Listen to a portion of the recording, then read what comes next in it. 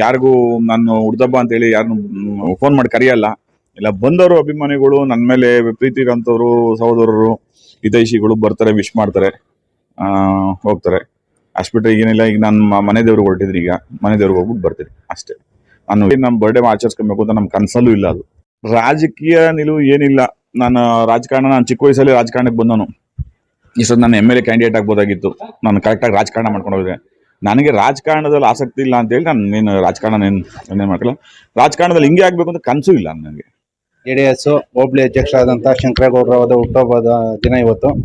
ಅವರು ಇವತ್ತು ನಮ್ಮ ತಾವರೆಕೆರೆ ಗ್ರಾಮಸ್ಥರುಗಳಿಗೆ ಹಾಗೂ ನಮ್ಮ JDS ಕಾರ್ಯಕರ್ತರುಗಳಿಗೆ ಬಹಳ ಬೆನ್ನೆಲುಬಾಗಿ ನಿಂತು, ಸಹಕಾರವಾಗಿ ನಿಂತು, ನಮ್ಮನ್ನೆಲ್ಲ ಒಂದು ಫ್ಯೂಚರ್ ಅಲ್ಲಿ ಯೂತ್ ಮುಂದೆ ಬರೋ ತರ ಸಹಾಯ ಮಾಡ್ಕೊಂಡು ಇವತ್ತು ಈ ಮಟ್ಟಕ್ಕೆ ತಂದಿದ್ದಾರೆ. ಅವ್ರು ಈ ದಿವಸ ಹುಟ್ಟುಹಬ್ಬದ ಶುಭಾಶಯ ಕೋರುತ್ತಿದ್ದಾರೆ. ಶಂಕರೇಗೌಡರಿಗೆ ಒಳ್ಳೆ ಇದಿದೆ, ಬರ್ತಡೇ ಇದೆ. ಮುಂದೆ ಅವರು ಅಭ್ಯರ್ಥಿಗಳು ಆಗ್ಬೇಕು ನಮ್ಗೆಲ್ಲ. ದೇವರ ಇಟ್ನೆಲ್ಲ ಅವ್ರನ್ನ ಸ್ವಲ್ಪ ಮುಂದೆ ತರ ಇದಾಗ್ಲಿ, ಹಿಂಗೆ ಸಂಘಟನೆ ಮಾಡ್ಕೊಂಡು ಚೆನ್ನಾಗಿ ನಾವು ತುಂಬ ವರ್ಷಗಳು ಇರಲಿ ಸಂಘಟನೆ ಮಾಡಿ.